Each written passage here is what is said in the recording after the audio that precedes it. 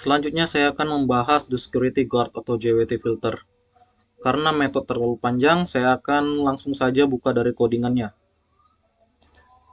Oke, teman-teman bisa lihat di sini untuk JWT authentication filternya.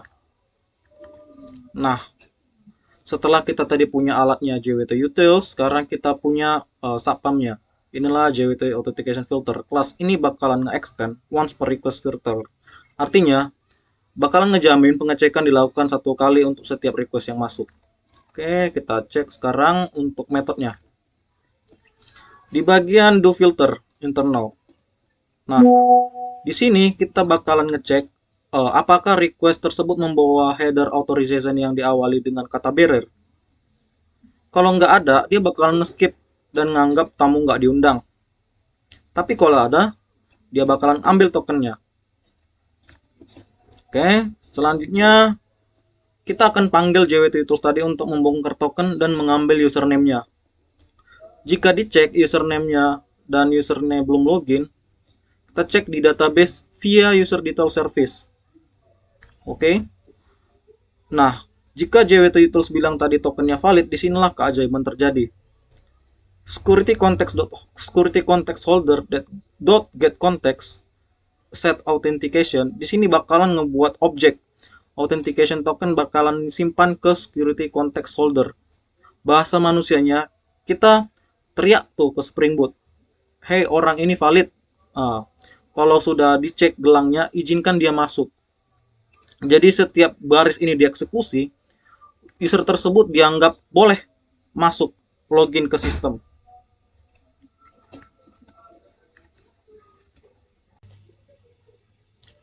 Selanjutnya saya akan membahas seperti tadi, tapi kali ini saya akan sebut dia adalah the blueprint atau stateless. Seperti teman-teman tahu, artinya blueprint itu adalah cetak biru. Bagaimana dia dicetak? Saya akan tunjukkan kodenya sebentar. Oke. Teman-teman bisa lihat, jadi the blueprint kita itu adalah di security config kita ini.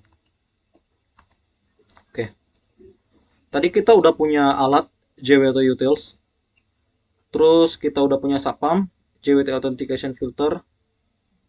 Nah, sekarang kita butuh SOP, standard operating procedure. Jadi kita bakalan beritahu ke Spring Security bagaimana cara menggunakan subpam baru kita ini. Disinilah security config berperan. Ada 3 konfigurasi vital yang wajib kita perhatikan. Pertama di security filter chain. Kalau teman-teman lihat di situ ada baris csrf.disable. Kenapa disable? Karena kita menggunakan JSON Web Token yang stateless dan tidak tersimpan di browser session. Kita juga nggak butuh proteksi dari CSRF, makanya kita matikan. Biar waktu kita request API kita nggak diblokir. Yang kedua adalah session creation policy, stateless. Jadi karena kita nggak bakalan no more session, ini adalah kunci dari presentasinya. Secara eksplisit kita memerintahkan Spring jangan pernah buat session di memori. Makanya ada session creation policy stateless. Jadi ini mastiin setiap request itu benar-benar independen. Inilah yang membuat aplikasi kita bakalan ringan dan scalable. Lalu kalau teman-teman lihat ada di situ baris add filter before. Jadi kalau di baris add filter before ini, kita bakalan menyisipkan out filter atau subpam kita tadi agar berdiri di depan filter standar Spring. Artinya, sebelum request diproses lebih jauh, harus lihat pemeriksaan JWT dulu. Kalau JWT itu nggak valid, requestnya langsung ditolak di pintu gerbang. Terakhir, kalau aturan lalu lintasnya udah selesai, endpointnya udah benar, bakalan ke lalu lintas kita tadi ini, api.out. Nah, di sini kita buka untuk umum, login atau register. Sedangkan sisanya any request wajib punya token yang valid. Oke, selanjutnya saya akan ke live demo, yaitu untuk Postman testing. Jadi di sini tadi saya sudah menjelaskan secara teori. Saya juga sudah show untuk codingan Saya nggak mau rekan-rekan percaya begitu saja dengan codingan saya. Jadi saya mau agar ada demo. Saya menggunakan Postman. Jadi skenario-nya sebagai berikut.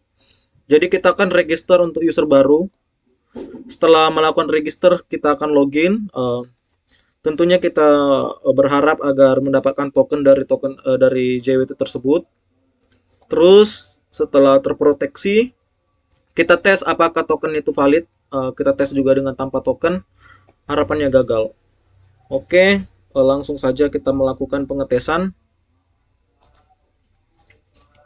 Oke, eh, teman-teman bisa lihat di sini di Postman saya, kita menuju ke URL untuk register dengan susunan data seperti ini, username, email, dan password. Oke, ketika kita langsung saja kita lakukan request, di sini saya metodenya post. Oke, nah di sini kita berhasil ya mendaftarkan usernya. Terus kita coba tes. Oke, setelah kita berhasil untuk register, kita coba tes untuk login. Nah, di sini kita berharap untuk mendapatkan token tersebut. Nah, di sini kita sudah mendapatkan tokennya. Inilah yang akan kita gunakan nanti untuk mengetes apakah token ini valid. Nah, bagaimana caranya?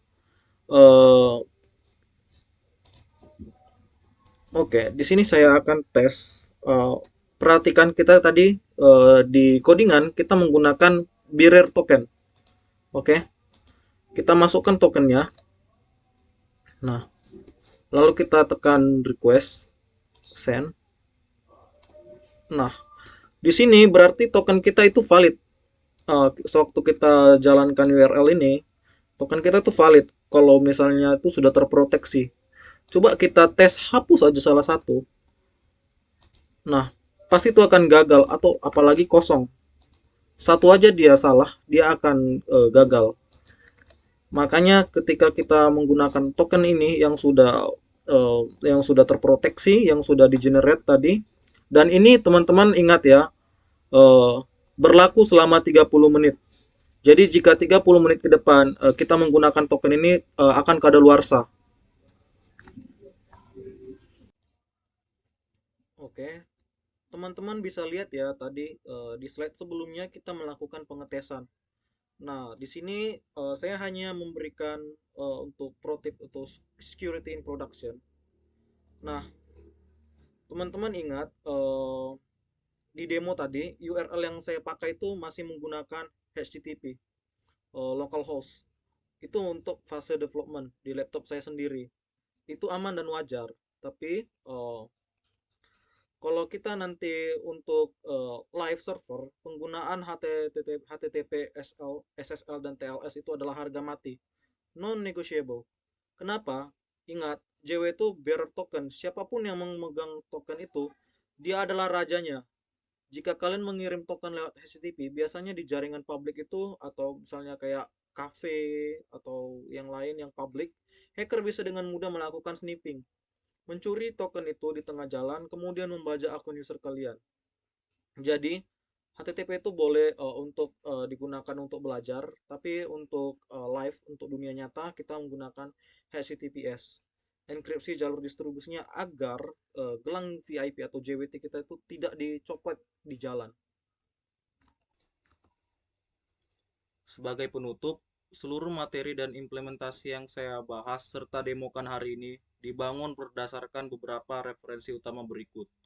Pertama, untuk standar fundamental dari JSON Web Token sendiri, saya mengacu pada dokumentasi resmi IETF RFC 7519. Ini adalah fondasi teori dari teknologi JWT. Kedua, ada situs jwt.io dari OutZero.